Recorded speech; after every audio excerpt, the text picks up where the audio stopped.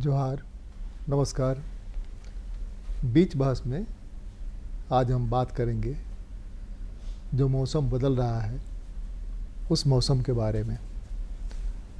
धरती गर्म हो रही है, चीख रही है, चिल्ला रही है, कराह रही है। जंगलों में आग लगी हुई है। नदियाँ लगभग मृतप्राय हैं, सूख गई हैं, अधिकतर नदियाँ। और झारखंड के कंसेप्ट में कहें तो झारखंड में लगभग दिसंबर से ही नदियाँ सूखनी शुरू हो जाती हैं। और हमारे जीने के जो मुख्य आधार हैं, हवा पानी, ये हवा पानी दोनों जो है आने वाले दिनों में बहुत गंभीर संकट से जूझते हुए दिख रहे हैं। विकास हमारा हो रहा है, लेकिन विकास के साथ प्रकृति का जो संतुलन होना चाहिए, जल जंगल ज़मीन का, वह संतुलन लगातार असंतुलित होता जा रहा है और यह असंतुलन बढ़ता जा रहा है। जंगलों में जिस ढंग से भीषण आग लगी हुई है, अमेजन के जंगल से लेकर के देश के जंगलों में इस मौसम में आग लगते हैं। वो जो ऑक्सीजन बना रहे हैं पेड़, उसमें कार्बन डाइऑक्साइड ज़्यादा से ज़्यादा समा रहा है। और जिस कोरोना में जंगल के आसपास और जंगल में रहने वाले लोगों पर कोरोना का कोई प्रभाव नहीं पड़ा, उन पर भी सांस लेने में प्रभाव पड़ रहा है। सरकार लोगों की सुविधा के लिए हर घर जल नल योजना चला रही है कि नल से सबके घर में पानी आ जाएगा। पानी आएगा कहाँ से? तमाम बोरिंग सूख गए हैं, सूखते जा रहे हैं। जो बोरिंग हो रहे हैं उसमें कीचड़ निकल रहा है, जो पुराने बोरिंग है उसमें कीचड़ और कादो निकल रहा है। इतनी बदबू है कि उस पानी का इस्तेमाल नहीं हो सकता है। पानी का महत्व, हवा का महत्व आज भी हम समझने और समझाने में लगता है कि नाकामयाब रहे हैं। और इस हवा पानी के बगैर न अन्न हो सकता है, न फसलें हो सकती हैं, न हम जी सकते हैं।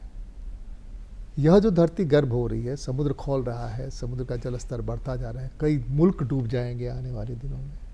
झारखंड के संदर्भ में ही देखें तो हर अप्रैल के महीने में जब भी थोड़ी ज़्यादा गर्मी होती थी, 30 से ऊपर जाता था, तो सेकेंड हाफ में पानी बरस जाता था। अब जो पानी बरसता है अपने साथ कई लोगों की जान ले लेता है, बिजली से, ठनका से। बिहार में 57 लोग कल मर गए और यहाँ 7-8 लोग मर गए। विकास तो हम कर रहे हैं, लेकिन इस विकास में जो हमारे लिए निहायत जरूरी है, जिसके बगैर विकास का कोई मायने मतलब नहीं, हम जिएंगे नहीं तो विकास का मतलब क्या है? तो यह जो मौसम बदल रहा है लगातार, इस मौसम के बदलाव के क्या कारण हैं, सरकारें और हमारी जिम्मेवारी, जनता की जिम्मेवारी क्या है, आज इसी पर बात करेंगे। हमारे साथ एक्सपर्ट के रूप में डॉक्टर VS राठौर साहब जो हैं, वो विभागाध्यक्ष हैं BIT में, संवेदन एवं भू सूचना विभाग के। स्वागत है आपका। हमारे साथ हैं डॉक्टर HS गुप्ता, जो पूर्व PCCF हैं झारखंड के, आपका भी स्वागत है। हमारे साथ हैं अमित पांडे जी, जो निदेशक हैं वन उत्पादकता संस्थान रांची के। आप तीनों का स्वागत, नमस्कार, जोहार। और राठौर साहब, आप ही से, चूँकि संवेदन और भू सूचना आपसे साथ जुड़ा हुआ है, तो आप ही से मैं शुरू करूँ। ओवरऑल देश के साथ साथ हम फोकस्ड हैं झारखंड पर जी। तो इस संदर्भ में अगर ज़मीन की स्थिति आप बताएंगे तो क्या कहना चाहेंगे? इस विषय पे हम जब चर्चा में बैठे हैं तो सबसे पहले नमस्ते और जोहार झारखंड। आज ये गंभीर चर्चा है, क्लाइमेट चेंज, जलवायु परिवर्तन। पूरी दुनिया में इसका प्रभाव दिख रहा है और झारखंड भी अछूता नहीं है। तो सबसे पहले समझने की बात यह है दर्शकों को कि जलवायु परिवर्तन है क्या। जैसे अभी आपने बताया कि धरती गर्म हो रही है, ग्लोबल वार्मिंग है, तो धरती गर्म हो रही है, ये महसूस किया जा रहा है, अभी सभी लोग महसूस कर रहे हैं। और बताने वाली बात यह है दर्शकों को कि 1800 को एक बेंचमार्क मान के उसके बाद से इंडस्ट्रियलाइजेशन का पीरियड माना जाता है। उसके बाद धरती का तापमान औसतन 1.1 डिग्री बढ़ चुका है और दुनिया के सारे देशों ने ये निश्चय किया है कि इसको बढ़ते हुए तापमान को अगर 2050 तक 1.5 डिग्री तक नियंत्रित नहीं किया गया तो जो बढ़ता हुआ तापमान है वो वापस नियंत्रण से बाहर निकल जाएगा और नियंत्रण नहीं कर पाएंगे। तो अभी ये समय है, सारी दुनिया इसको मान रही है कि ये समय से हमको अब नियंत्रण करना चाहिए। अपनी गतिविधियाँ, जो मानव की गतिविधियाँ हैं, वो ही मुख्य तौर पे इसके लिए जवाबदेह है। ये जो ग्लोबल वार्मिंग, क्लाइमेट चेंज हो रहा है, इसके लिए मानव की गतिविधियाँ ही जिम्मेदार हैं। तो मानव की गतिविधियाँ जब जिम्मेदार है तो उनमें बदलाव जब तक नहीं करेंगे हम, तो ये तापमान बढ़ता जाएगा, जलवायु परिवर्तन होती जाएगी। और इसका जो इफ़ेक्ट हम जो देख रहे हैं, प्रभाव जो हम देख रहे हैं, आज हमारे धरती रहने लायक नहीं होती जा रही है। इसकी स्थिति बहुत ख़राब होती जा रही है। इसका प्रभाव आप अगर देखें तो सीधे सीधे तौर पे आप देखेंगे कि वर्षा जो होती है उसका पैटर्न बदल गया है। कहीं पे वर्षा बहुत अधिक हो जाती है, कहीं पे वर्षा बहुत कम होती है तो सूखा हो जाता है। तो जहाँ पे वर्षा बहुत अधिक हो जाती है कम समय में, वहाँ पे बाढ़ आ जाती है, बाढ़ की स्थिति पैदा हो जाती है। जहाँ पे वर्षा नहीं होती है वहाँ पे सूखा हो जाता है। और इसका प्रभाव ये पड़ता है कि आप और हम कृषि जो करते हैं उसका उत्पादन प्रभावित होता है। तो हमें जो कृषि से हम जिस पर निर्भर है हमारा जीवन, उसके ऊपर प्रभाव पड़ रहा है। उत्पादन नहीं हो रहा है, उत्पादन कम हो रहा है। और दूसरा प्रभाव आपके उसका जलवायु परिवर्तन का आप देखेंगे तो ये देखेंगे कि डिज़ास्टर्स आ रहे हैं। लाइटनिंग, जैसा आपने अभी बताया कि जब अप्रैल के महीने में बारिश हो जाती थी, अब होती है तो बहुत ज़्यादा लाइटनिंग हो जा रही है, जगह जगह लोग मर जा रहे हैं। दूसरा आप देख रहे हैं कि साइक्लोन जो औसतन हमारे बे ऑफ बंगाल की खाड़ी में आते थे, हर साल 3-4 का एवरेज था, अभी बढ़ गया वो 7-8। राठौर साहब, हम लोग स्कूल कॉलेज में साइक्लोन सुने भी नहीं थे। हाँ, ये तो सुने हम लोग 90s के बाद साइक्लोन जो है वो भी 2000 के बाद ज़्यादा सुन। उड़ीसा में जो पहला साइक्लोन आया, हाँ, बंगाल की खाड़ी से, उसको सुनने के बाद में लगा कि साइक्लोन नाम का कोई चीज़ होता है, और एक से एक खूबसूरत नाम साइक्लोन का साइक्लोन आ रहा है। तो ये जलवायु परिवर्तन की वजह है कि साइक्लोन का जितना आते थे फ्रीक्वेंसी थी बढ़ गई, 7-8 करीब ऑन एन एवरेज होने लग गए हर साल। और ये तो ठीक है कि हमारा अभी टेक्नोलॉजी की वजह से हम अर्ली वार्निंग सिस्टम वहाँ पे काफ़ी लगा दिए हैं और जो हानि है उससे कुछ हद तक हम बच रहे हैं। लेकिन ये जलवायु परिवर्तन का जो है, इसका जो अगर हम अभी तक नहीं चेतेंगे और नहीं सुधरेंगे तो ये हमारे इसका प्रभाव बहुत ज़्यादा हो जाएगा और वो फिर हमारे कंट्रोल में नहीं रहेगा। गुप्ता साहब, ये जो सिचुएशन है ग्लोबल वार्मिंग की और इस ढंग से क्लाइमेट चेंज होने की, जंगलों की भूमिका क्या है? और जंगलों के साथ साथ मेरी समझ से पिछले 20 सालों में एक से एक बढ़कर अज्ञात बीमारियां आई हैं, कोरोना भी उसमें शामिल है, और लगातार आ रही हैं, जो डॉक्टर समझ नहीं पा रहे हैं कि बीमारियां किन कारणों से हो रही हैं। अब एक सीधा उपाय है कोरोना पर पटक देना कि उसका वैक्सीन जो है उसका रिएक्शंस हो रहा है, लेकिन उस रिएक्शंस जिन्होंने सुई नहीं लिया उसको भी तो प्रभावित कर रही हैं, वो बीमारियाँ आ रही हैं। उसी में थोड़ा सा हम को रिलेट करना चाहते हैं कि पहाड़ होने का कोई मायने मतलब है कि पहाड़ सिर्फ गिट्टी के लिए बना है कि तोड़ दें और गिट्टी बना लें उसका? बिल्कुल सही सवाल आपने कहा। दो चीज़ हम बात करेंगे। अभी हम लोगों ने, दर्शकों ने बड़े डिटेल में सुना कि जलवायु परिवर्तन हो रहा है और उसकी जो भयावहता है वो साल दर साल बढ़ते जा रही है। और 1 से 8 हो गया। अब ये भी हम सोचने के लिए नहीं सोच रहे हैं जी। पहले हमें लगा था कि शायद हम लोग ग्लोबली 1.5 डिग्री में कंट्रोल करेंगे। हाँ। 2 की बात हो रही है, अब 2 से भी कहीं भागे जाएगा और इसकी भयावहता बढ़ती जा रही है। और जो हमारा सामुदायिक ग्लोबल लेवल पे जो प्रयास था, हमने जो क्योटो प्रोटोकॉल बनाया और जो हमारी यूएन की जो व्यवस्था है वो शायद बिल्कुल नाकाफ़ी, क्या बिल्कुल फेल होती जा रही है। तो एक तो ये भाग हुआ। दूसरा, आपने सवाल पूछा कि जंगल के बारे में। मैं जंगल और खेती और आपने पानी की बात कही, तो हमारी जो पृथ्वी है उसका जो लैंड यूज़ है, लैंड यूज़ का ये जो पैटर्न है, कितना हिस्सा जंगल होना चाहिए, कितना खेती होना चाहिए, क्योंकि खेती भी बहुत इंपॉर्टेंट है। इसी से हमें खाना पीना मिलता है, सबसे मूल सर्वाइवल तो इससे होता है। और जंगल उस पूरे परिवेश को बैलेंस करते हैं और पार्शियली जो है आंशिक रूप से लोगों को खाने पीने की भी चीज़ें देते हैं और मौसम को भी सुधारते हैं। तो वो दोनों में क्या सामंजस्य हो और ये जलवायु परिवर्तन से कैसे फ़र्क पड़ रहा है, बहुत इम्पॉर्टेंट है। और अभी आपने देखा होगा कि मैं 2-3 साल की बात कर रहा हूँ कि हर साल ये हमारा पिछला महीना फरवरी। आपका एक छोटा सा उदाहरण कल का लीजिए ना, कल परसों 2 दिन में कितने गेहूं के और रबी के फसल बर्बाद हुए, कल्पना ही नहीं कर सकते हम जी।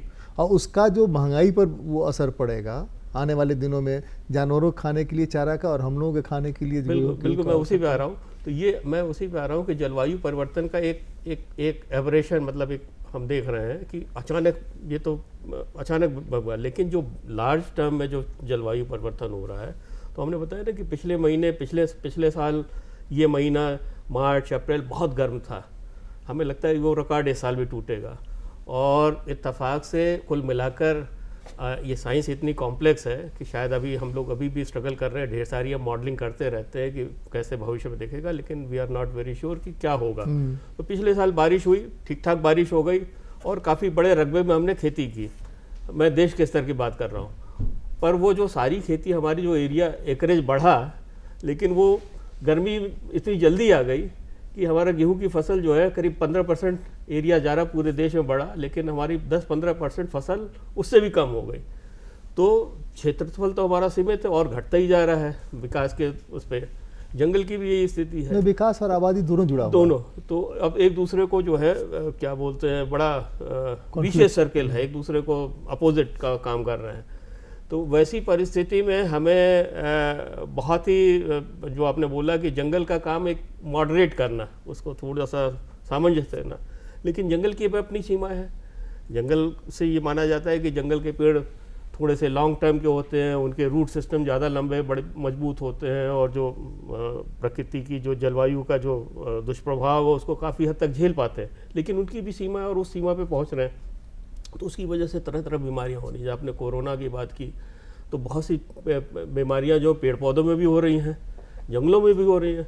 एक आपने उदाहरण बताया, शुरू में बताया कि आपको याद होगा कि तिरहुत कैनाल पर शीशम लगा हुआ था, पूरा का पूरा चंपारण से लेकर तिरहुत कैनाल का शीशम एक दिन में पूरा का पूरा सूख गया और जलाने के भी काम नहीं आया। हाँ नहीं, उसमें समय लगा था, लेकिन जलवायु परिवर्तन भी उसमें एक कारक था और उस समय ये समस्या इतनी भयावह नहीं थी। लेकिन आज उससे हमको सीखे नहीं ना, उससे हम सीखे नहीं। बिल्कुल आपने सही कहा कि इससे हमने सीखा नहीं, क्योंकि अब वो शीशम का हमारे लिए बहुत स्पष्ट उदाहरण है कि चारों तरफ शीशम था और हमें दिखा कि साहब इसकी वजह से हुआ है। लेकिन हमारे अभी जितनी प्रकार की प्रजातियां जंगल में हैं या खेतों में, सारे जलवायु परिवर्तन के कारकों से, या तो उनका जो टेम्परेचर रेंज है वो बढ़ता जा रहा है या बेमौसम की बारिश है, तो इन सब चीज़ों से उनकी प्रोडक्टिविटी और उनकी जो सर्विस, तरह तरह की जो सेवाएं देते थे खेती बाड़ी या जंगल, उस पे सारे पे कमी आ रही है। तो ये बड़े भयावह होता जा रहा है और इसका इलाज बहुत ही व्यापक है और सभी को सोचने की ज़रूरत है। लेकिन अभी दुर्भाग्य से ऐसा है कि हमारी जो ग्लोबल व्यवस्था है, आप सभी हम लोग देख रहे हैं कि जो हमारे सबसे लीडिंग स्टेट हैं, कंट्रीज़ हैं, अमेरिका पहले से ही काफ़ी पीछे हटता था और अभी उसने बिल्कुल सीधे सीधे तौर पर मना कर दिया कि शायद वो तो जिसको बोलते हैं अंग्रेजी में डिनायल मोड में है कि साहब ये कुछ है ही नहीं है। तो अगर देश विश्व के सबसे विकसित देश इस तरह की बातें करेंगे तो बाकी जो गरीब गुरबे वाले देश हैं और जो अविकसित हैं और जो विकासशील हैं, उनकी स्थिति तो और गंभीर होगी। नहीं, अमेरिका में शायद यह दर्शन नहीं होगा जो दर्शन हमारे यहाँ था कि दादा लगाएगा पोता खाएगा। हमारे यहाँ दर्शन था कि हम आने वाली पीढ़ी की फिक्र करते थे ज़्यादा, इसीलिए दादा पेड़ लगाता था, बाग लगाता था आम का, कि हमारा पोता खुशहाल रहेगा, पोता खाएगा। वहाँ तो है कि आज के दिन में जीना है, इससे ज़्यादा तो है नहीं जी। हमारे यहाँ गांधी जी का सस्टेनेबल डेवलपमेंट था कि तुम जियो औरों को भी जीने दो। बिल्कुल, उन्होंने वास्तव में हमारी फिलॉसफी में था सततता, जिसको सस्टेनेबिलिटी की बात करते हैं, हमारे यहाँ प्रैक्टिस करते थे। और इधर हाल के सालों में, कुछ दशकों में या कुछ सालों में बड़ा हम जोर जोर से चिल्लाते हैं कि सस्टेनेबल होना चाहिए, सस्टेनेबल होना चाहिए, हाँ, सस्टेनेबल डेवलपमेंट गोल वगैरह, लेकिन प्रैक्टिस में शायद बिल्कुल नहीं है और बड़ा दुर्भाग्यपूर्ण है। और ये खासतौर से जो विकसित देश हैं उन्हें तो और ज़्यादा आगे आना चाहिए तो कुछ हो नहीं पा रहा है। अमित पांडे जी, थोड़ा आप बताइए कि प्रोडक्टिविटी पर भी कोई फ़र्क पड़ा है क्या ग्लोबल वार्मिंग का? ग्लोबल वार्मिंग का प्रोडक्टिविटी पे फ़र्क पड़ा है और जैसा कि अभी आप नहीं, हम अपने दर्शकों, साइंटिफिक नहीं, हम अपने दर्शकों को मोटा मोटी समझाना चाहते हैं कि वो समझें तो वो भी अपनी जिम्मेवारी निभाएं। सरकार क्या करती है नहीं करती है हमको उससे बहुत फर्क नहीं पड़ता है। हमको फ़र्क पड़ता है कि हमारे लोग जो सुन रहे हैं उसमें 10 आदमी 100 आदमी अगर गुन ले उसको तो कुछ बात बने। देखिए, चीज़ों को सकारात्मक तरीके से ही लेके चलना चाहिए। और जैसा कि आप बोल रहे थे कि बीमारी बढ़ रही है, बीमारी बढ़ेगी। बीमारी इसलिए बढ़ेगी क्योंकि जो आदमी की जो लाइफ साइकिल है बहुत लंबी होती है, और जो बीमारी कॉज करते हैं जो माइक्रोब्स हैं उनकी लाइफ साइकिल बहुत छोटी होती है। वो बहुत जल्दी म्यूटेट करके अपने को चेंज कर लेते हैं। तो क्लाइमेट चेंज हुआ तो उसको अडेप्ट करने में ह्यूमन को तो टाइम लगेगा, पेड़ों को तो टाइम लगेगा, लेकिन जो माइक्रोब हैं वो तुरंत, उनकी जनरेशन इतनी फास्ट बदलती है कि वो तुरंत अडेप्ट कर लेते हैं और अपने काम पे चल पड़ते हैं। क्लाइमेट चेंज हुआ, वृक्ष अडेप्ट नहीं कर पाए, ह्यूमंस अडेप्ट नहीं कर पाए, माइक्रोब अडेप्ट कर गए, तो उनकी मारक क्षमता तो बढ़ गई और हमारी इम्यूनिटी कम हो गई। इसी वजह से आप देखिए कि बहुत सारी वृक्षों की ऐसी बीमारियां जो कि पहले नोन नहीं थी वो अब नोन है। बहुत सारे ऐसी बीमारियां हैं या बहुत सारे ऐसे कीटाणु हैं, जीवाणु हैं जो कि पहले हार्मफुल नहीं थे, अब वो हार्मफुल हो गए। तो इसका इफेक्ट क्लाइमेट चेंज का काफ़ी विराट है। लेकिन मैं अच्छा, भगवान इनको बनाता क्यों है, इस माइक्रोब्स को बनाता क्यों? भगवान क्या जरूरत है बनाने की हमको मारने के लिए? जो वही हम लोगों को ही बनाता है उसको ही बनाता है। ये तो पूरा एक फूड चेन है, हम सब एक दूसरे पर डिपेंडेंट है, और भगवान ऐसा बनाता है कि हमारी पॉपुलेशन भी बैलेंस रहे और माइक्रोब्स की पॉपुलेशन बैलेंस रहे। लेकिन अगर ये बैलेंसिंग बिगड़ी और वो बैलेंस जो है वो माइक्रोब्स के फेवर में गया तो हमारा यहाँ से वाइप आउट हो जाना तय है। तो ये एक डेलिकेट बैलेंस है जिसको कि बना के चलना है, और दोनों एक दूसरे को पछाड़ने में लगे हुए हैं। हाँ, एक क्या कहते हैं, एक ऐसी स्थिति आती है जबकि हम कहते हैं कि तुम इतने ठीक हो, हम इतने ठीक है, लेकिन वो जब किसी और के फेवर में जाता है तो दूसरे को समस्या होनी है। अगर हम फंजीसाइड ही डाल दें तो सारे माइक्रोब्स मर जाएंगे, तो वो हमारे लिए एडवांटेज की बात हो गई। लेकिन उस वजह से बहुत अच्छे भी माइक्रोब्स से मर जाएंगे। जैसे कि आप क्लाइमेट चेंज की बात कर रहे हैं, अब इससे जो अच्छे कीड़े हैं वो भी तो मर रहे हैं। वो जो कीड़े मर रहे हैं उससे जो पॉलिनेशन हो रहा है वो भी नहीं हो पाएगा, फ्रूट्स सीड सेट नहीं होगा। अभी अगर हम यहाँ पे झारखंड के परिप्रेक्ष्य में देखें तो जो लाख का प्रोडक्शन है, लाख का, वो कम हो रहा है। लाख का प्रोडक्शन में दो चीज़ें इन्वॉल्व है, एक तो प्लांट ट्री जिस पे कि लाख का कीड़ा लगता है, और दूसरा लाख का कीड़ा खुद जो कि एक जीवित वो है। तो जो जीवित है उस पर क्लाइमेट चेंज का इफेक्ट पड़ेगा, और अगर टेम्परेचर बढ़ने पे हो सकता है कि वो उस पर्टिकुलर कीड़े के लिए एनवायरनमेंट सूटेबल ना हो या जो उसका होस्ट है उसके लिए सूटेबल ना हो। दोनों ही दशा में प्रोडक्शन कम होगा। हम लोग का संस्थान काम कर रहा है कई ऐसी वैरायटीज़ पे जो कि क्लाइमेट रिजिलियंट है, जैसे कि फ्लेमिंजिया एक वैरायटी है जिस पे हम लोग काम कर रहे हैं, और फ्लेमिंजिया पे हम लोगों को लाख का प्रोडक्शन बेटर मिल रहा है क्लाइमेट चेंज होते हुए सिनेरियो में भी। तो ये तो खैर एक हम लोग की रिसर्च का है, प्रोडक्टिविटी की, जैसे आप बात कर रहे हैं, नए नए क्लोन्स का विकास हम लोगों के द्वारा हो रहा है जो कि ख़राब एनवायरमेंटल कंडीशन में भी प्रोडक्टिविटी को बढ़ा रहे हैं। कहना मैं ये चाहता हूँ कि छोटे छोटे इंटरवेंशन करके हम चीज़ों को इम्प्रूव कर सकते हैं। एक छोटा सा आपको एग्जाम्पल बताऊँ, यहाँ पे कूटाम विलेज है, वहाँ पे अगर आप जाके देखें तो वहाँ पे छोटे छोटे इंटरवेंशंस हुए हैं, TCBs बने हैं जो कि वाटर हार्वेस्टिंग के लिए बने हैं। उस TCB के बनने मात्र से वहाँ का वाटर टेबल बढ़ गया है। वाटर टेबल बढ़ने से जहाँ कोई कृषि नहीं होती थी वहाँ कृषि हो रही है, वो अब चावल लगाने तक की बात कर रहे हैं। तो ऐसा नहीं है कि जो हम इंटरवेंशंस कर रहे हैं वो व्यर्थ जा रहे हैं, वो सारे के सारे इंटरवेंशंस जो हैं वो काम कर रहे हैं। और आपने बिल्कुल ठीक कहा कि अगर हम सेंसिटाइज कर पाए लोगों को, 100, 50, 60 हज़ार लोगों को भी सेंसिटाइज कर पाएँ तो उसका इफेक्ट मल्टीपल टाइम्स होगा। क्लाइमेट चेंज हो रहा है तो CO2 बढ़ रहा है, CO2 बढ़ रहा है तो ग्लोबल वार्मिंग हो रही है, ग्लोबल वार्मिंग हो रही है तो पानी सूख रहा है, पानी सूख रहा है तो भूमि का डिग्रेडेशन हो रहा है, सॉइल एरोजन बढ़ रहा है। सब कॉम्प्लेक्स प्रॉब्लम एक दूसरे से जुड़े हुए हैं, लेकिन किसी एक को आप पकड़ते हैं तो सब पे भी उसका इफेक्ट होता है। तो इसलिए अगर हम एक सिस्टमेटिक अप्रोच से काम करें, जैसे कि हमारे प्रधानमंत्री जी सर्कुलर इकोनॉमी की बात करते हैं, अगर हम इन छोटे छोटे सिद्धांतों को, कार्बन न्यूट्रलिटी की बात कर रहे हैं, ग्रीन क्रेडिट की बात कर रहे हैं, सारे की सारी जो परियोजनाएं हैं या ये जो मिशंस हैं, ये सारे के सारे एक ही गोल की तरफ है, और छोटे छोटे चेंजेस भी इस पे भी अगर हम ध्यान दें तो बहुत बड़ी चीज़ें हो सकती हैं।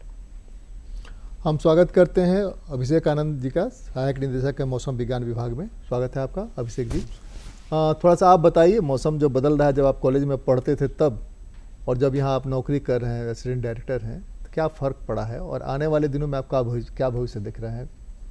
देखिए, अभी जो लास्ट के जो 30-40 साल हैं उसमें काफ़ी ज़्यादा फ़र्क पड़ा है और ये फ़र्क अब हम लोगों को दिखने लगा है, क्योंकि 80s के टाइम में, 90s के टाइम में लोग बात करते थे कि क्लाइमेट चेंज, और आज के दिन में ये वास्तविकता है कि क्लाइमेट चेंज हो रहा है। और इसमें जितने भी हम लोग प्रजाति के बोलते हैं कि इतने योनियों की प्रजाति हैं, उनमें सिर्फ एक ह्यूमन बींग्स ही है जिसके कारण से ये क्लाइमेट चेंज फास्ट हो गया। क्लाइमेट चेंज एक नेचुरल प्रोसेस है जो कि 500 साल, 1000 साल में थोड़ा थोड़ा चेंज होते रहता है, बट ह्यूमन इंटरवेंशन के कारण हमारे द्वारा जो पॉल्यूशन फैलाया गया इस पृथ्वी पे, उसके कारण से ये क्लाइमेट चेंज एक्सेलरेट हो गया है और जो कार्बन उत्सर्जन है वो इतना बढ़ गया है जिसके कारण से हम लोग देख रहे हैं कि ग्लोबल टेम्परेचर बढ़ रहा है। सिर्फ ग्लोबल टेम्परेचर बढ़ने की बात नहीं है, अब उस टेम्परेचर का असर इतना ज़्यादा है कि आप देखिएगा कि इवोपोरेशन ज़्यादा हो रहा है, ग्लेशियर पिघल रहे हैं। अब ये सब से दूसरे और भी कठिनाइयाँ आ रही हैं। जैसे हम लोगों ने हाल के सालों में देखा है कि थंडर लाइटनिंग बढ़ गया है। इसका मुख्य कारण क्या है कि इवोपोरेशन बढ़ गया है। वाष्पीकरण बढ़ेगा तो गर्जन वज्रपात बढ़ जाएंगे। दूसरा असर जो देखने को मिलता है कि जो फॉरेस्ट फायर हैं या फायर के केसेस हैं, ये काफ़ी बढ़ गए हैं। तो ये सब चीज़ आने वाले दिनों में और बढ़ेंगे, क्योंकि इनमें अभी तक हम लोग लगाम नहीं लगा पा रहे हैं। और क्लाइमेट चेंज अब इस स्थिति में पहुंच गया कि अगर बहुत जल्दी हम लोगों ने कुछ बहुत कठिन डिसीजन नहीं लिए तो इसको रोक पाना असंभव हो जाएगा। ये मतलब इसको हम रोक ही नहीं पाएंगे। अभिषेक जी, हम जो कर रहे हैं, ह्यूमन बीइंग जो कर रहा है, उससे गर्मी बढ़ रही है। उस गर्मी को रोकने के लिए हम एसी लगाते हैं, एसी से फिर गर्मी बढ़ रही है। ये जो है ना, फिर इस तरह से जो है कि हम नेचुरल कुछ उपाय नहीं करते हैं। एक सज्जन है, कवि हैं, बड़े देश के कवि है, यहाँ नाम लेना उपयुक्त नहीं होगा, तो उन्होंने अपना घर लकड़ी का बना रखा है। लाखों करोड़ों में उनकी आमदनी है, लेकिन उन्होंने अपना घर लकड़ी का बना रखा है, उसमें एसी नहीं लगाया उन्होंने, कुछ भी ऐसी बस सोलर का पैनल लगाया है, सोलर पैनल से उनका अपना काम चलता है। तो ये रास्ते भी वैकल्पिक हो सकते हैं कि हम छोटे छोटे इंटरवेंशन से भी चीज़ों को कुछ हद तक रोकने में तो कामयाब होंगे। ठीक उसी तरह से जैसे जंगल वाली ये कहानी है ना कि जंगल में आग लग गई तो एक चिड़िया जो है चोंच में पानी भर के डालती थी और सब जानवर भागे जा रहे थे, है ना। तो सब जानवरों ने कहा कि अरे तुम मर जाएगी, झुलस जाएगी। उसमें बोले ठीक है, जंगल जाएगा तो हम भी जाएंगे, लेकिन हम अपनी कोशिश तो जारी रखें ना। तो ये कोशिश में एक छोटे इंटरवेंशन से बात बन सकती है। आप बताइए कि क्या हो सकता है कि हमारे दर्शक ऐसा कुछ करें जिससे कि बात बनने की गुंजाइश हो? देखिए, सबसे आसान तरीका है कि हम लोग जो पुरानी जीवन शैली उसमें ले आएँ। जैसे जो अगर हम लोग कुछ लोकली प्रोड्यूस करें, उसी को प्रोक्योर करें। एक सिंपल एग्जांपल मैं आपको देना चाहूँगा। हम लोग सब लोग ब्रश करते हैं। ब्रश जो करते हैं तो ब्रश का एक हेड होता है, उसका ब्रश होता है टूथब्रश का। तो वो टूथब्रश कोई फैक्ट्री में बन रहा होता है, वहाँ भी कार्बन उत्सर्जन होता है।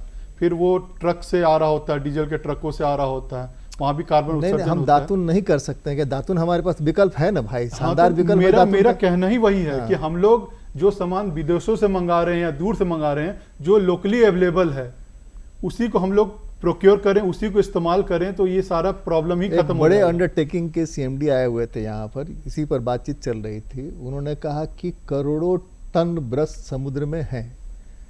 तो हम बोले भाई करोड़ टन नहीं होते अगर हम दातुन कर रहे होते और दातुन मिलने वाले पेड़ को हमने बचाया होता। उन्होंने कहा कि उतना पेड़ कहाँ से आता, इतना लोग दातुन कहाँ से करता। हम बोले कुछ लोग तो करते ना भाई, जितने लोग कर पाते करते। आबादी तो कम नहीं थी तो दातुन सबको मिल ही रहा था। हाँ। तो दातुन वाले पेड़ मिल जाते हैं। अभी भी आप देखिए कि गांव में भी उतनी लकड़ियां हो जाती हैं।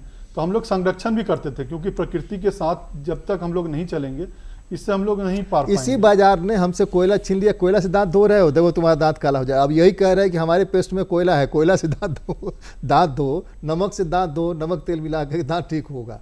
तो हम भी तो कुछ बुद्धि लगाएंगे ना। वही है कि ऐसे चीज़ों के हम लोगों को यूज करना पड़ेगा जो कि प्रकृति के हिसाब से हैं। जैसे आपने बोला, मैं हर जगह यही बोलता हूँ कि इसकी कोई सॉल्यूशन नहीं है। और क्लाइमेट चेंज का जो सबसे ज़्यादा असर है वो गरीबों पे, महिलाओं पे, बच्चों पे है।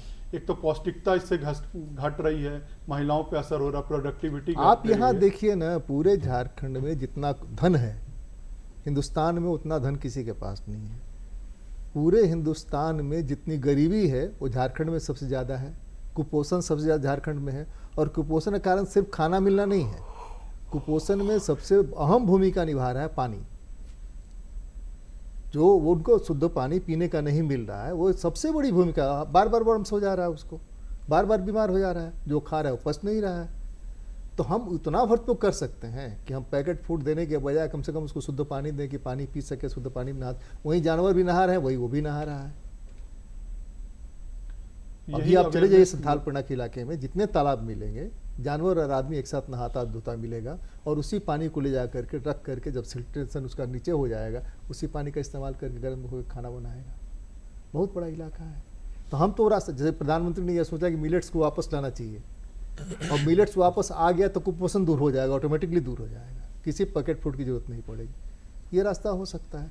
हम आपसे एक्सपेक्ट कर रहे हैं कि आप हमारे दर्शकों को यह बताएं कि वो क्या अपने स्तर पर करें जिससे कि बात बने। देखिए, कोई भी काम अगर हम लोग प्रकृति को सोच के करेंगे, जैसे प्लास्टिक बैग की जगह थैले का इस्तेमाल करें, जैसे आपने बहुत अच्छा बताया मिलेट इसलिए भी कि आने वाले समय में पानी का बहुत कमी होने वाली है, कम से कम पानी में तो कम से कम पानी में मिलेट्स हो जाएगा। तो उस टाइप के मतलब क्लाइमेट के हिसाब से भी तो हम लोग काम करें, और क्लाइमेट रिजिलियंट जैसे मान लीजिए अभी दिक्कत यह होगी ना, हमारा टेस्ट छीन लिया है। जो मिलेट का टेस्ट हम लोग जो खाए हुए हैं उसका जो टेस्ट है, अभी नई पीढ़ी को मिलेट्स खिलाएंगे तो खाना नहीं चाहेगा। नए सिरे से उसको खाने के लिए क्लासेस लेने पड़ेंगे कि मिलेट्स क्यों खाना चाहिए, करेले की तरह खाओ लेकिन खाओ। हाँ, थोड़ा सा हेल्थ के बारे में भी लोगों में सजगता आई है, तो मिलेट्स लोग खाना चाहेंगे।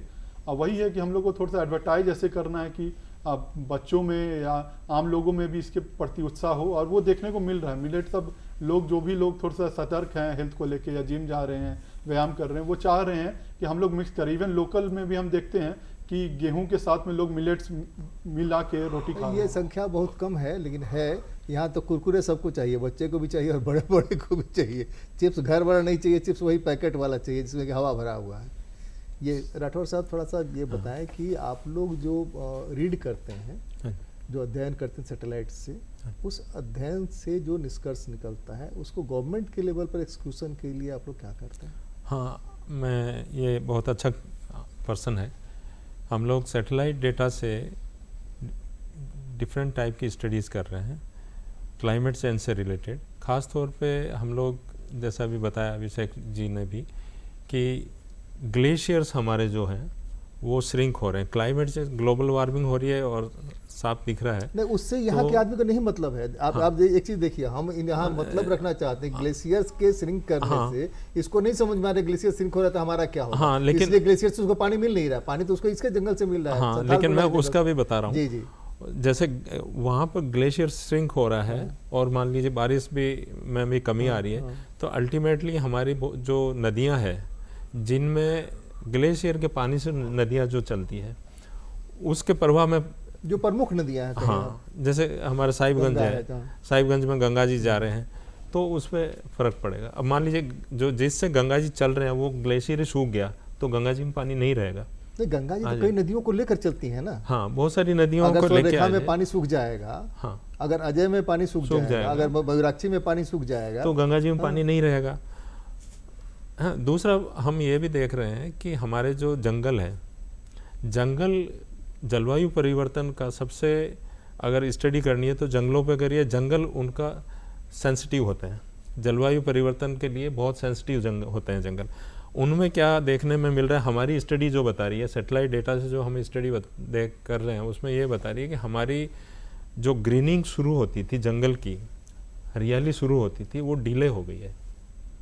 पहले 10 दिन 15 दिन पहले शुरू हो जाती थी ग्रीनिंग, अब वो 10-15 दिन जंगल में बाद में आते हैं पत्ते, और उसके जो ग्रीनिंग की लाइफ है वो कम हो जा रही है, छोटी हो जा रही है। तो उसका असर जो पड़ रहा है वो जंगल के हेल्थ पे पड़ रहा है। जंगल की हेल्थ पे असर पड़ रहा है तो उसका जो पारिस्थितिक तंत्र है उसके ऊपर असर पड़ रहा है, और पारिस्थितिक तंत्र जो है उसका जंगल का, उसके जंगल के सहारे पे जीने वाले जितने भी हमारे लोग हैं उन पे, उनके जीवन पे पड़ रहा है।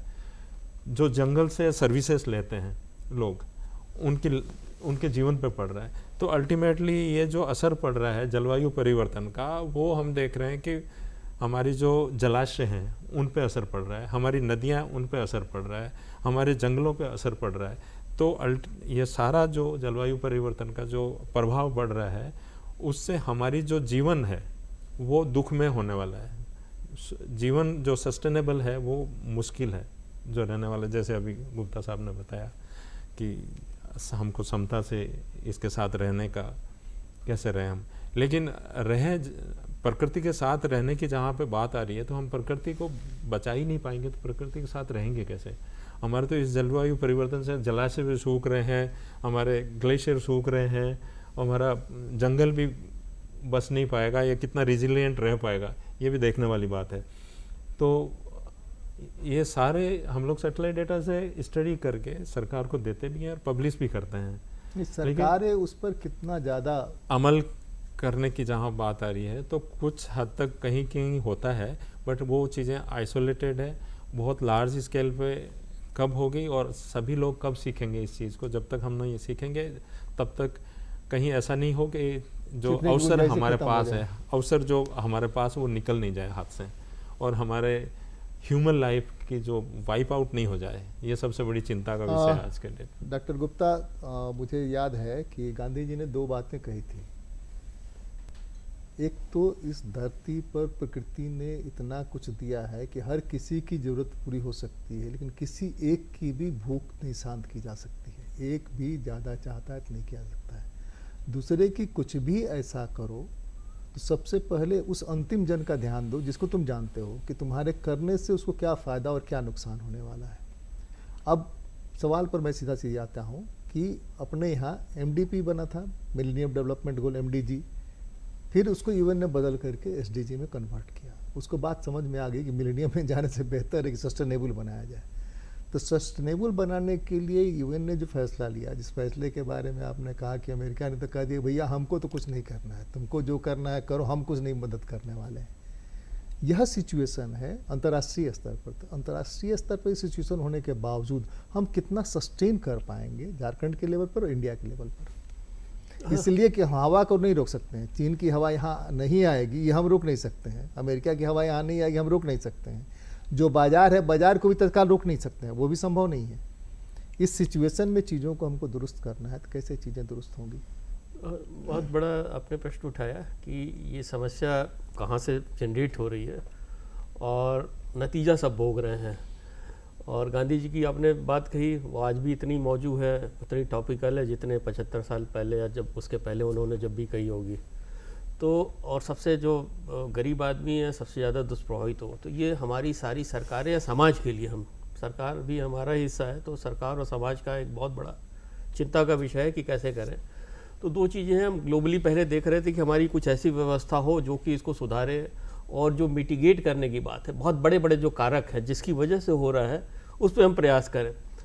तो अभी कुल मिलाकर लग रहा है कि अभी ये बड़ा डिसरप्ट सा हो गया है। आज कुछ इधर 2-4 साल में देखें बड़ा डिसरप्ट सा हो रहा है और हमें लग रहा है कि अभी कुछ 2-4 साल और लगेंगे इस डिसरप्शन का। अगर नेगेटिव तरीके से सोचे या मैं इसको पॉजिटिव तरीके से सोच सकता हूँ कि आदमी ठोकर खा के ही वो देता कुछ उसको अकल आती है। शायद विश्व को भी अकल आए कि शायद अब इससे ज़्यादा हम नहीं कर सकते। शायद राजा की कहानी आप भुला गए जिसमें कि एक ही मिला था जिसने ठोकर खाने के पहले पत्थर हटा दिया था। तो बाकी सारे ठोकर खा के चले जाते थे आराम से, पत्थर नहीं हटाते थे। जी, तो सारा है। तो अभी सारे देश जो है सबको लगा कि सब हम आगे बढ़ेंगे और सब ठोकर खाते जाएंगे, लेकिन शायद हो सकता है सद्बुद्धि आए। तो एक तो मैं आशा मानूं कि शायद वो भी हो।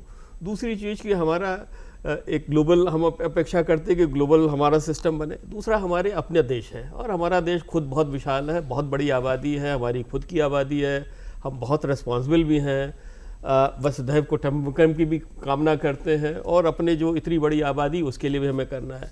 और अगर हम उससे भी नीचे आए, झारखंड के बारे में आए, तो हमें उस लेवल पे देखना है कि हम क्या कर सकते हैं। हम किसी पे दूसरे के पे हाथ पर हाथ अपेक्षा करने और सहायता करने की बात नहीं कर सकते।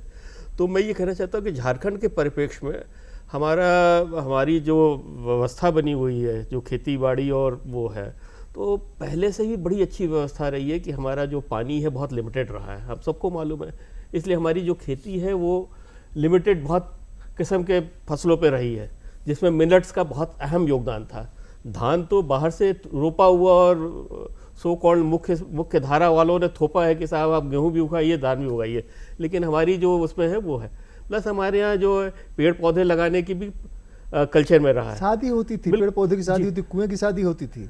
बिल्कुल, तो ये हमारे कल्चर में भी रचा बसा है और हमारे इकोनॉमिक व्यवस्था में भी रचा बसा है। उससे हम सारे मतलब कुछ समय के लिए अगर हम फसल खाते थे तो कुछ समय के लिए फल फूल खा के भी रहते थे।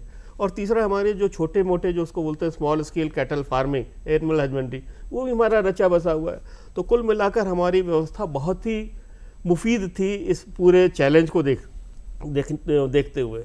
लेकिन वो ठीक है, स्थिति और गंभीर हो रही है और बहुत से हमारे पास मुख्य धारा के ट्रिगर्स आ रहे हैं जो कि बिगाड़ रहे हैं।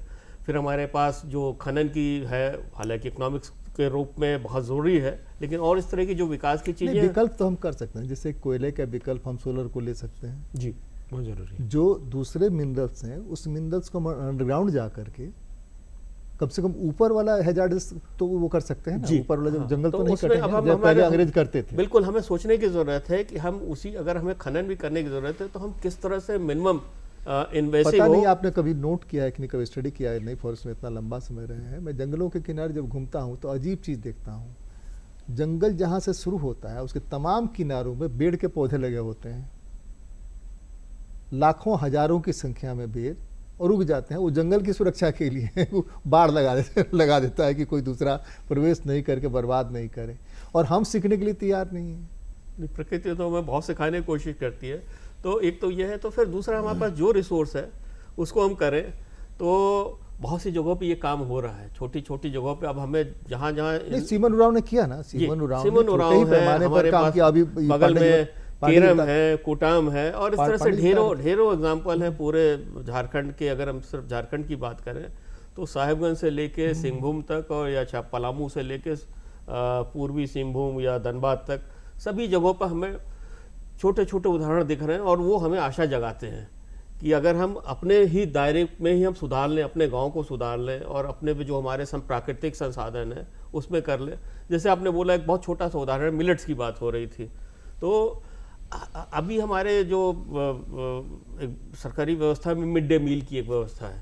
मिड डे मील में हम मिलेट्स ही दें, क्यों नहीं हम मिलेट्स लें, या मिलेट्स के अलावा हमारे जंगलों में, डॉक्टर साहब बैठे हुए हैं, जंगल में हमारे बहुत से ऐसे होते हैं, महुआ होता है, साल का बीज लड्डू होता बना के दें, है, और इस तरह की चीजें होती हैं। अगर हफ्ते में 3 या 4 दिन उन चीजों को भी दें, तो जो न्यूट्रिशन की बात हो रही, सिर्फ खाना पेट भरने के लिए नहीं होता। सहजन है, वैराइटीज है, शहद है, इस तरह की जो चीजें हमारे परिवेश में आसपास में उपलब्ध है, और उन्हीं चीज़ों को हम बनाकर अगर मिड डे मील और इस टाइप की चीज़ों में करेंगे तो हमारे पास जो लॉजिस्टिक्स का खर्चा है दूर से लाने के बजाय, हम जो मल्टीनेशनल कंपनी या बहुत बड़ी बड़ी कंपनियां, नाम नहीं लेना चाहेंगे, हमारे देश। अभिषेक जी ने कहा ना, कम से कम CO2 तो बचेगा ना भाई, उतना कार्बन उत्सर्जन तो रुकेगा ना। और दूसरा मैं उसका है कि उस व्यवस्था करने से उस गाँव में जो बहुत सी जो वंचित पुरुष है या महिलाएं जिनके पास काम की कमी है, आजीविका की कमी है, बेचारे वो सब उसमें लगेंगे। तो कम से कम उनको वहीं पे उसी जगह पे रह के करना, उन्हें पलायन नहीं करना पड़ेगा इस समय में। तो इस तरह की चीज़ों को हमें अपनी पॉलिसी व्यवस्था में लाना पड़ेगा, और हमें भी जोर जोर से नागरिकों को चिल्ला कर करना होगा कि साहब हम अमेरिका और UN की व्यवस्था से उम्मीद ज़्यादा ना करें, हम खुद भी कुछ करें, तो शायद हम बहुत कुछ कर सकते हैं। हमने यहाँ मुरहू में देखा, खूंटी के बगल में जो मुरहू है, वहाँ पर उनके पास फ्रिज नहीं है। फ्रिज था उस समय तो लाइन नहीं था, फ्रिज अगर रखते तो उन्होंने आलू प्याज रखने के लिए कमाल का नुस्खा अपनाया। आम के पेड़ के नीचे छोटे छोटे डलिया बना दिए बांस के, एक में आलू एक में प्याज, और सड़ता नहीं है वो, हवा लगती रहती है, थोड़ी बहुत धूप मिल जाती है, कभी सड़ता नहीं है। जी, हमारे ये धान का जैसे है, धान इस टाइप की जो फसल होती है, हमारी पारंपरिक व्यवस्था झारखंड में, वो रस्सी से धान के पुआल से बनाते हैं, जिसको मोरा बोलते हैं, या और कई नाम है। और उसके अंदर वो जो प्राकृतिक हमारे जो पत्तियां होती हैं, नीम के पत्ती वगैरह डाल देते हैं। नीम की पत्ती है, एक नेगंडो करके है, वाइट एक्स नेगंडो करके, उसी पत्ती बहुत यहाँ पे मिलती है, जिसका बाड़ होती है, जिसमें हम लोग तार लगाते हैं। उसके बजाय वो प्राकृतिक रूप से वो हर खेत की बाड़ बन जाती है, और उसकी पत्ती डाल के पूरे साहिबगंज से हमने तो पूरे झारखंड में देखा है, उसको डालने से वो किसी किस्म का उसमें इंसेक्टिसाइड डालने की ज़रूरत नहीं है, और 1-2 साल तक बड़े आराम से सारी जो उनके अनाज है सब बच जाते हैं। तो ये हमारी चीज़ें हैं, उसके लिए हमें कुछ करने की ज़रूरत नहीं। तो इन चीज़ों को हमें आगे बढ़ाने की ज़रूरत है, न कि हम आर्टिफिशियल कोई टीन का कुठार दें और भंडार दें और वो करें। तो प्राकृतिक रूप से भी अच्छा है और एनर्जी भी कम नहीं लग रही है, बिल्कुल एनर्जी से उसमें कोई। पांडे जी, एक तो ये हो सकता है कि हम मान लें कि जो बना है उसको नष्ट होना है, तो हम मान लें कि हमको नष्ट हो जाना है पूरी की पृथ्वी को। त्रेता युग गया, सतयुग गया, कलयुग जाएगा, तब नया त्रेता युग आएगा, मान करके हम बैठ जाएं, या हम अपने सर्वाइवल के लिए कोई उपाय करें। साहिबगंज में एक इन लोगों का बहुत अच्छा म्यूजियम है, गुप्ता जी वगैरह का। वो म्यूजियम देख कर तो यही लगा कि भाई नष्ट तो होना है देर सवेरा, हम खुद नष्ट करते हैं, दूसरा कोई हमको नष्ट नहीं करता है। जैसे कबीर ने कहा ना कि वो क्या नाम है, बढ़ती को घटती कहे, जले दूध को खोया, रंगी को नारंगी कहे, देख कबीरा रोया। उम्र बढ़ती है तो हम उसको कहते हैं कि ठीक है घट रहा है, ठीक है। तो उस तरह से हम क्या उपाय कर सकते हैं, हम अपने स्तर पर बगैर किसी की अपेक्षा किए हुए, जो पहले लोग करते थे कि अपने से पेड़ लगाते थे, पानी बरसने का मौसम आया पेड़ लगा दिया, कब फल आएगा इसकी कोई चिंता नहीं, लेकिन उसको तोड़ने नहीं देते थे। बच्चे भी अगर खेले तो वो मना कर देते थे। तो उस सिचुएशन में प्रोडक्टिविटी अगर ग्लोबल वार्मिंग के चलते प्रभावित हो रही है, जंगल प्रभावित हो रहे हैं, तो हमारे लिए आसन्न संकट है कि हमारी मृत्यु होने वाली है, नष्ट हो जाने वाले हैं हम। कुछ दिन और सरवाइव कर सकते हैं क्या? देखिए, जैसा कि आपने कहा कि मृत्यु तो एक दिन आनी है, लेकिन मृत्यु अगर आज से 30 साल बाद आनी है तो हम आज ही मृत्यु को गले लगा लें, क्यों मर जाए? ये कोई समझदारी की बात नहीं है। और क्या हम कर सकते हैं अगर इस विषय में हम सोचें तो 60 से 80 पर हम पहुंच गए ना भाई। हाँ, एवरेज 60 था आयु, 60 से अब 80 पर पहुंच गए हम जी। तो ये भी एक उदाहरण है कि हमें प्रयास करते रहना है। और इसी के परिप्रेक्ष्य में मैं कहूँ कि जो एक सबसे इम्पॉर्टेंट चीज़ है, जैसे अभी सर ने बोला कि वसुधैव कुटुंबकम की बात किया, ये बेसिकली मैटर सेंसिटिविटी का भी है। भगवान बुद्ध ने एक वृद्ध व्यक्ति को देखा, एक बीमार व्यक्ति को देखा, एक मृत व्यक्ति को देखा और उन्होंने संन्यास ले लिया। हम रोज देखते हैं, वृद्ध को भी देखते हैं, बीमार को भी देखते हैं और हमारे पर कोई फ़र्क नहीं पड़ता। ये एक्चुअली सेंसिटिविटी में अंतर है हम सब में। और अगर हमें प्रकृति को बचाना है तो हमें प्रकृति के प्रति सेंसिटिव होना पड़ेगा, सेंसिटिविटी हमें जनरेट करनी पड़ेगी। जैसे कि हम लोग अभी आप ही कह रहे थे कि हम लोग वृक्षों की पूजा करते थे, शादी करते थे, तुलसी को तुलसी जी कहते हैं, गंगा को गंगा जी करते हैं, गंगा मैया कहते हैं, गंगा जी कहते हैं। तो हमारा इससे एक आत्मिक संबंध स्थापित है और इस बात को हमें समझना चाहिए। और हम चूँकि झारखंड के हम सभी लोग यहाँ पे जो यहाँ पे जनजातीय पूजा स्थल हैं, सीक्रेट ग्रूव्स हैं, अगर आप उसमें देखें तो बहुत पहले से उसमें कोई भी चीज़ आप उसमें से रिमूव नहीं कर सकते। आप वहाँ जाएंगे पूजा स्थल में, पर आप उससे कोई चीज़ निकाल नहीं सकते हैं, चाहे लकड़ी है चाहे फल है, कुछ नहीं। जैसे अभी आपने कहा कि फल पक रहा है उसे छूना नहीं है। ये जो संरक्षण की भावना है ये इनग्रेन्ड है हम लोगों के पूर्वजों में, हमें केवल उनसे ही सीखना है। प्रकृति से तो हम बाद में सीखेंगे, पहले तो अपने पूर्वज से सीख लें। कुछ दिन पहले जब हम लोग स्कूल कॉलेज में थे, उस स्कूल कॉलेज में ईख नहीं खा सकते जब तक छठ नहीं हो जाए। हाँ, नया चूड़ा नहीं खा सकते हैं जब तक छठ का प्रसाद नहीं चढ़ जाए। हाँ, नहीं, हाँ, ये सारे नियम सस्टेनेबिलिटी के लिए बने थे। और अब हम लोग इस समय क्या कर सकते हैं, जो मुझे ऐसा लगता है कि नहीं, थोड़ा डराने का कोई और गुंजाइश है क्या कि हम जो हैं उसमें कैसे पब्लिक को डराया जाता है? बिना डरे कोई सुइया नहीं लेता है, बिना डरे कोई टैबलेट नहीं खाता है, तो कुछ और डरा सकते हैं क्या कि आने वाले दिनों में क्या विकराल परिस्थिति होगी, पानी के लिए तरस जाएंगे, कोटा से भी पानी नहीं मिलेगा। अगर हम अभी अपनी स्थिति, मैं जिस मोहल्ले में रहता हूँ, अभी तो बजाबता आया है, अखबारों में आया है कि रांची के 15 मोहल्ले, 15 जोन जो है वो मान लिए गए हैं कि बहुत भयंकर संकट है पानी का, और अभी से वहाँ टैंकर पानी ढो रहे हैं। तो टैंकर में पानी के लिए तालाब में पानी होगा तब ना टैंकर ढोएंगे। गंगा से पाइप ले करके या मयूराक्षी से पाइप ले करके कहाँ कितने लोगों को पानी पिला पाएंगे आप? नहीं, बिल्कुल बिल्कुल। तो हम अपना पानी कैसे बचाएं, पानी का इस्तेमाल कैसे कम करें? अभी तो अफराद करते हैं, जिसको जितना नहाना है, एक ड्राम नहाना है तो एक ड्राम भी नहा सकता है, लेकिन एक बाल्टी में भी नहा सकते हैं। हाँ, मुझे ऐसा लगता है कि ये सोशल मीडिया का ज़माना है और जागरूकता फैलाना बहुत आसान है आज के समय में, क्योंकि सोशल फैलाना आसान। देखिए, दंगा करा देना बहुत आसान है, लेकिन इस तरह के सेंसिटाइज करना कि मिलेट्स का मतलब क्या है, ये थोड़ा मुश्किल काम है। वो लोग नहीं समझ पा रहे हैं, पढ़ता ही नहीं है। हम तो चूंकि मीडिया से जुड़े हुए हैं, हम जानते हैं कि उसको कैसे उटाल देता है। अच्छा हटाओ नहीं यार इसको देखते हैं, हटाओ नहीं यार इसको देखते हैं। तो वो जो पब्लिक, हम कम्युनिकेट नहीं कर पा रहे हैं। जो लोग इन चीज़ों को सोचते हैं, जिसके बारे में सेंसिटिव हैं, वो कम्युनिकेट नहीं कर पाते हैं। अभिषेक आनंद जी यहाँ बैठे हुए हैं, एक छोटी सी बात आज के अखबार में है या कल के अखबार में, तो आज ही के अखबार में है शायद, कि कल जो मौसम बिगड़ा तो हवाई जहाज़ ऐसे ऐसे करने लगा, लोग डर गए। पहले से जो बताया जाता है हवाई जहाज़ में, ये बताया गया होता था कि मौसम बदलने में, उस पॉकेट में घुसने पर इस तरह गड़बड़ी होती, वो पैनिक ही नहीं होती। बहुत छोटी सी बात है जी। इसको नोट करके रखना चाहिए। इस बार नहीं हुआ, अगली बार लोगों को बताएंगे। जब हम कहते हैं बेल्ट बांधने के लिए, उसी समय ये बात भी बताएंगे भाई कि मौसम अगर ख़राब होता है तो ये सिचुएशन आ सकता है, इसलिए आप लोग पैनिक नहीं होइए, अपनी सीट पर बैठे रहिए।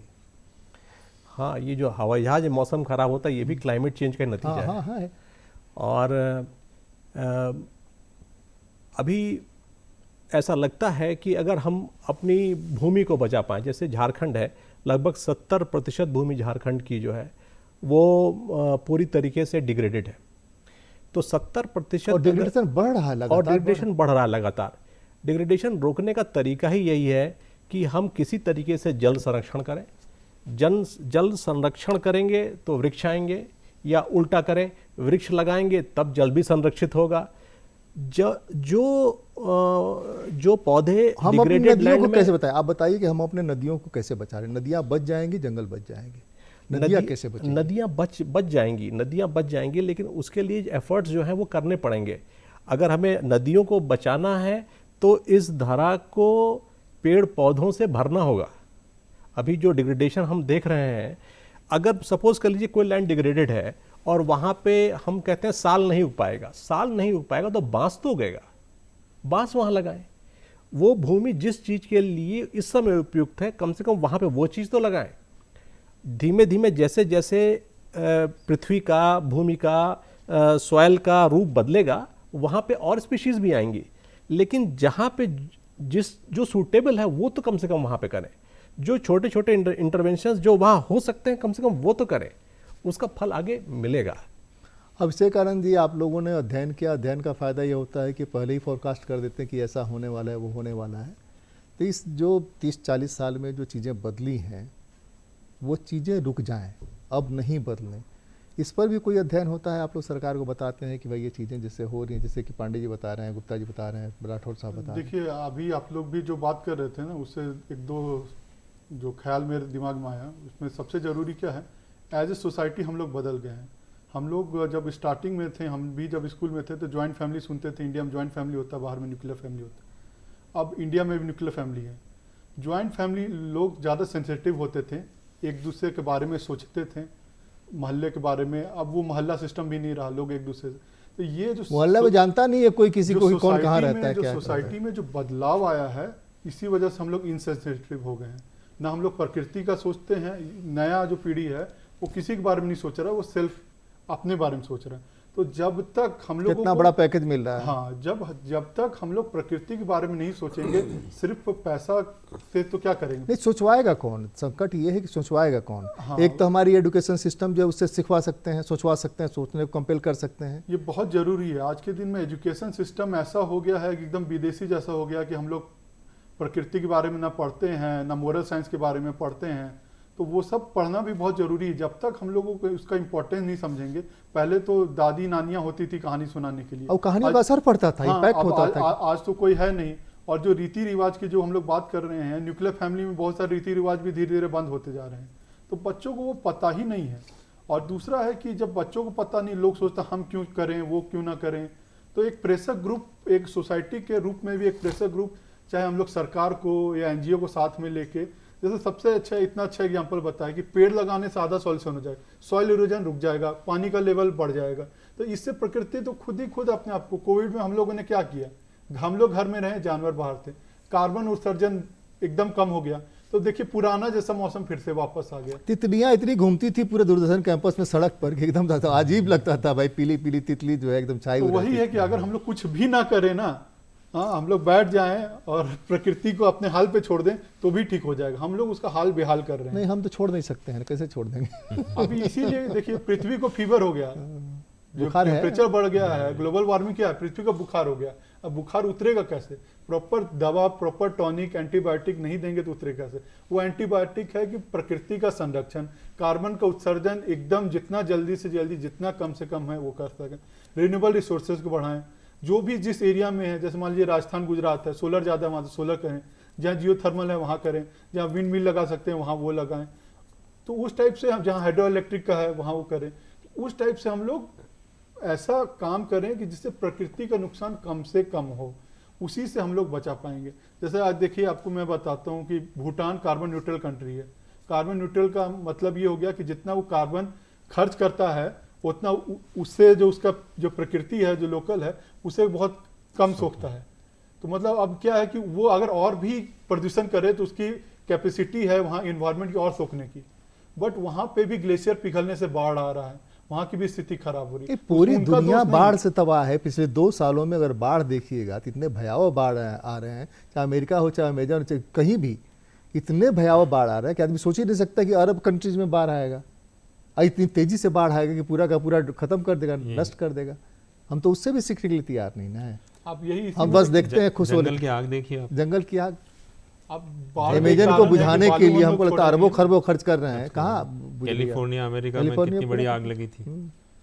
तो ये जलवायु नदियों में परिवर्तन- बालू नहीं है, नदियों में बालू नहीं है, बाढ़ रुकेगा कैसे? पेड़ नहीं है, बालू नहीं है, और सिर्फ पत्थर है। नदियों में अब पत्थर बच गया है, और वो पत्थर भी नहीं रहेगा कुछ दिन बाद। नहीं, दोनों मिल के, समाज और सोसाइटी, सरकार दोनों मिल करके अगर काम करे, बिना उसके बात बनती नहीं है। चलिए कंक्लूड कर रहे हैं पांडे जी, आप बताइए। हाँ, आप बिल्कुल ठीक कह रहे हैं।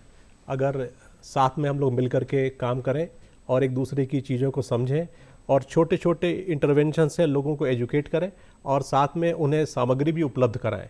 सामग्री को उपलब्ध कराना भी एक आवश्यक चीज़ है, और जो टेक्नोलॉजी है उसको बताना भी ज़रूरी है, और जो हमारे पूर्वजों के जो ज्ञान है उससे भी सीखना ज़रूरी है।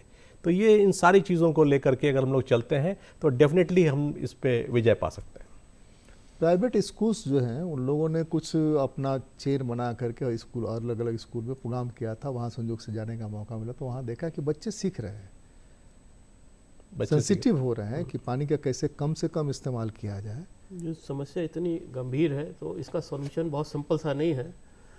इंटरनेशनल पॉलिसी, राष्ट्रीय पॉलिसी, देश की नीति, संवेदनशीलता बढ़ाना, शिक्षा डॉक्टर में साहब, हम बढ़ाना। जहाँ नहीं घुस सकते, जो हमारे बस का नहीं, उस पर तो हम क्या बात करेंगे, नहीं, नहीं, लेकिन ये जहाँ सारी- हम कर सकते हैं वहाँ तो नहीं, बात ये करेंगे ना। सारी चीज़ें चल रही हैं, हाँ। कम बेसी चल रही हैं। और एक और चीज़ हमने बोला कि बहुत सी चीज़ें हम लोग उम्मीद करते हैं कि मुझे मुफ्त में मिले, पानी मुफ्त में मिले, हवा मुफ्त में मिले, बिजली में तो बिजली मुफ्त में मिले, ऐसी बहुत सी चीज़ें हम उम्मीद करती हैं। तो इस पे भी एक वो नियंत्रण होना चाहिए कि अगर हम जब इसका सही दाम देंगे तब शायद हमें लगता है कि नहीं, मुफ्त में ये नहीं मिल रही है, ये हमें इसका भी दाम पे देना करना पड़ेगा। पड़ेगा। तो अगर हम जब ज़्यादा दाम देंगे तो शायद हम फिर उस हिसाब से फिर थोड़ा सा किफ़ायत अपने भी करेंगे। तो इन चीज़ों पे भी प्रयास हो रहा है, और इनडायरेक्टली भी सभी संस्थाओं को और सभी कंपनियों को और सभी को ये हो रहा है कि भाई हम अपने इस तरह की चीज़ों में जो हमारी कार्बन उत्सर्जन की जो हमारी एक चीज़ खत्म कर रहे हैं हम, थोड़ा सा ये कर लें, थोड़ा सा माफ़ करेंगे, हस्तक्षेप कर रहे हैं। जी जी कारखानों की जो जिम्मेदारी है कार्बन उत्सर्जन नहीं करने के लिए और ख़राब पानी नदियों में नहीं डालने के लिए, उतना भर अगर मेंटेन करते तो हमको लगता है बहुत सारी बात बनने लगेगी। उसी रूल को, जिस रूल पर एग्रीमेंट में उन्होंने साइन किया है, उतना भर उनको मनवा दिया जाए, थोड़ा मुनाफा कम होगा, लेकिन नदियाँ बच जाएगी, नदियाँ फिर से जी जाएंगी। क्या राठौर साहब? काफ़ी कुछ इससे हो सकता है, और मैं तो ये कहूँगा कि जहाँ तक हो सके अपनी परंपरागत जीवन शैली को बनाए रखें, जहाँ तक हो सकता है आप उसको छोड़ें नहीं। दूसरा, ज़्यादा से ज़्यादा अवेयरनेस लोगों में फैलाएं, और गवर्नमेंट लेवल पे और एजुकेशन सिस्टम में क्लाइमेट चेंज से रिलेटेड प्रोग्राम इंट्रोड्यूस करके बच्चों को संवेदनशील किया जाए, और गाँवों में भी गोष्ठियाँ की जाए, और उससे अवेयरनेस बढ़ेगी। और हमारी प्रकृति की, जैसे हमारे यहाँ तो रहा है कि हम लोग प्रकृति की पूजा करते थे, और उसी सिस्टम में ज़्यादा से ज़्यादा रहने की कोशिश करें तो हम काफ़ी हद तक इस क्लाइमेट चेंज आप के असर से सबके बच लिए सकते बोलने का मौका कम होगा, इसलिए अब हमारे बोलने की बारी है। शादी जो होती है, शादी के रिचुअल्स अगर आप देखेंगे तो लोटे में पानी होता है, गोबर से गौरी गणेश बने होते हैं। आप चीज़ों के महत्व को समझाने की सिर्फ पालों पर बैठा करके नहलाते हैं, जो बैल के उस ये पर रखा जाता है जिससे खेती होती है, उस पालों पर बैठ कर नहलाते हैं। चूँकि समय हमारा खत्म हो रहा है, इसलिए क्लाइमेट चेंज के बारे में, ग्लोबल वार्मिंग के बारे में, जो धरती गर्म हो रही है, धरती को बुखार हो रहा है, उसका बुखार नहीं उतरेगा तो हमारा बुखार ज़्यादा चढ़ जाएगा। इसके लिए आप अपने स्तर पर जितना भी प्रयास कर सकते हैं, सरकारें कितना करती हैं नहीं करती हैं उसको छोड़ें, हम अपने स्तर पर जो पहले करते हैं उतना भर करें तो शायद बात बनने लगेगी। बीच बहस में आज तो बस इतना ही, अगली बार मिलते हैं तो किसी और मुद्दे पर बात करते हैं। आप सबको बहुत बहुत धन्यवाद। जोहार, नमस्कार।